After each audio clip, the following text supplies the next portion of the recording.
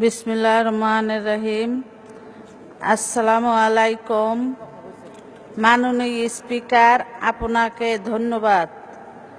Budget আলোচনার শুরুতে আমি গভীর শ্রদ্ধা স্মরণ করছি সর্বকালের সর্বশ্রেষ্ঠ বাঙালি জাতির জনক বঙ্গবন্ধু শেখ মুজিবুর রহমানকে। সেই সাথে স্মরণ করছি বঙ্গমাতা শেখ ফজিলাতুন্নেসা মুজিবকে। শ্রদ্ধা জ্ঞাপন করছি জাতির চার নেতা ও বরিশালের মাটির মানুষের নেতা, মুক্তিযুদ্ধের অন্যতম সংগঠক শহীদ আব্দুর রব সিনিয়াবাদ সহ মহান স্বাধীনতা যুদ্ধের ৩০ লক্ষ শহীদ, ১৫ই আগস্টে নিহত সকল শহীদদান সহ দেশের জন্য সম্ভ্রম হারানো ২ লক্ষ মা বোনের প্রতি। মাননীয় স্পিকার, এবারে আমি ২০১৭-১৮ অর্থ বছরে ৪,২৬৬ কোটি টাকার প্রস্তাব বাজেট সম্পর্কে কিছুটা আলোকপাত করতে চাই। মাননীয় স্পিকার, মাননীয় প্রধানমন্ত্রী জননেত্রী শেখ হাসিনার নির্দেশনায় মাননীয় অর্থমন্ত্রী যে বাজেট দিয়েছেন তা অত্যন্ত সময় উপযোগী বাজেট এবং গণমুখী। এই বাজেট যে গণমুখী হয়েছে তার প্রমাণ বাজার পরিস্থিতি। বিভিন্ন সময় আমরা দেখতাম বাজেট দেওয়ার সাথে সাথে বাজেটের জিনিসপত্রের দাম বেড়ে যেত, কিন্তু এবার বাজেটের পর দেশের বাজার পরিস্থিতি স্বাভাবিক রয়েছে। এর অর্থ এই বাজেট জনগণের কল্যাণের বাজেট, এই বাজেট দেশ এগিয়ে যাওয়ার বাজেট, এই বাজেট সুষম উন্নয়নের বাজেট।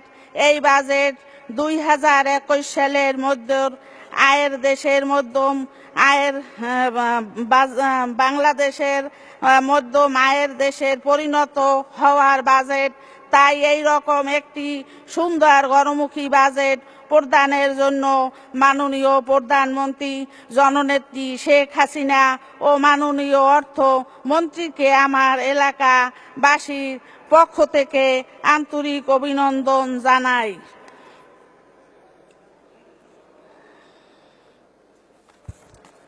মাননীয় স্পিকার, দক্ষিণবঙ্গের মানুষের দীর্ঘদিনের স্বপ্ন পদ্মা সেতু নির্মাণ। পদ্মা সেতু নিয়ে অনেক ষড়যন্ত্র হয়েছে। সকল ষড়যন্ত্র মোকাবিলা করে আজ এই সেতুর কাজ মানুষের কাছে দৃশ্যমান।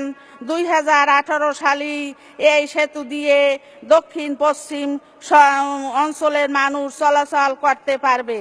এই সব সম্ভব হয়েছে মাননীয় প্রধানমন্ত্রী জননেত্রী শেখ হাসিনার যোগ্যের নেতৃত্বের কারণে।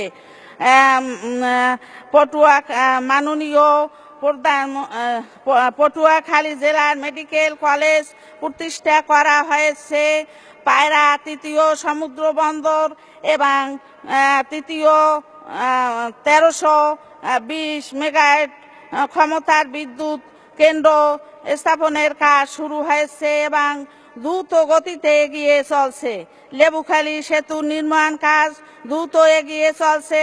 শেখ কামাল, শেখ জামাল ও শেখ রাসেল সেতু নির্মাণ করা হয়েছে। তাই পটুয়াখালীর বাসীর পক্ষ থেকে মাননীয় প্রধানমন্ত্রী জননেত্রী শেখ হাসিনা এবং মাননীয় সড়ক পরিবহন ও সেতু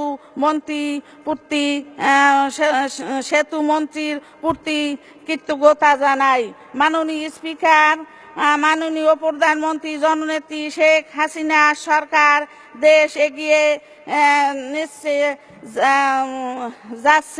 এগিয়ে যাচ্ছে। সারা দেশের ব্যাপক উন্নয়ন হয়েছে, মানুষ ভালো আছে, মানুষের জীবনযাত্রার মান বেড়েছে। কিন্তু জামাত, বিএনপি তথা খালেদা জিয়ার এই উন্নত অগ্রযাত্রা ভালো লাগে না।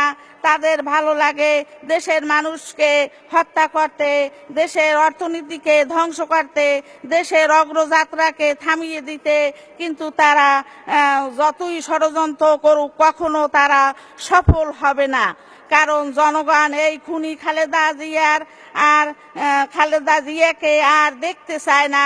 মাননীয় প্রধানমন্ত্রী জননেত্রী শেখ হাসিনার নেতৃত্বে দেশ এগিয়ে যাবে। শেখ হাসিনার সরকার মানে দেশের উন্নয়ন, এই জন্য বারবার দরকার শেখ হাসিনার সরকার।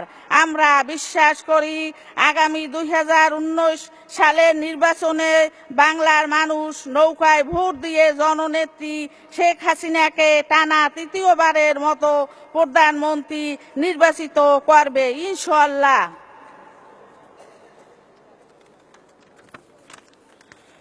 মাননীয় স্পিকার, এবারে আমি আমার এলাকা পটুয়াখালী জেলার কয়েকটি উন্নয়ন প্রকল্প বাস্তবায়নের মাননীয় প্রধানমন্ত্রী অর্থমন্ত্রী মহোদয় সদয় দৃষ্টি কামনা করছি।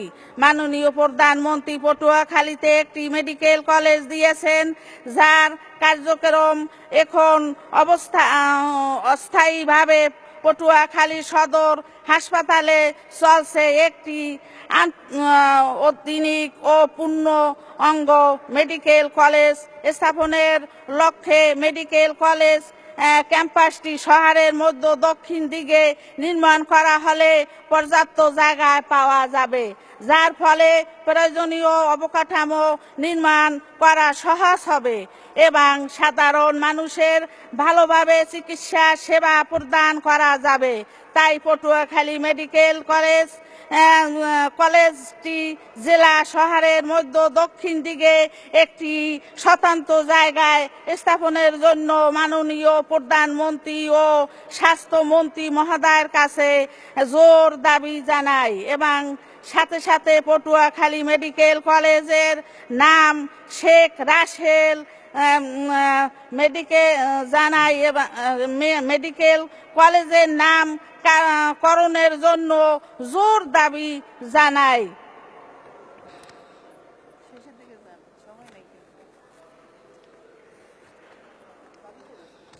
কই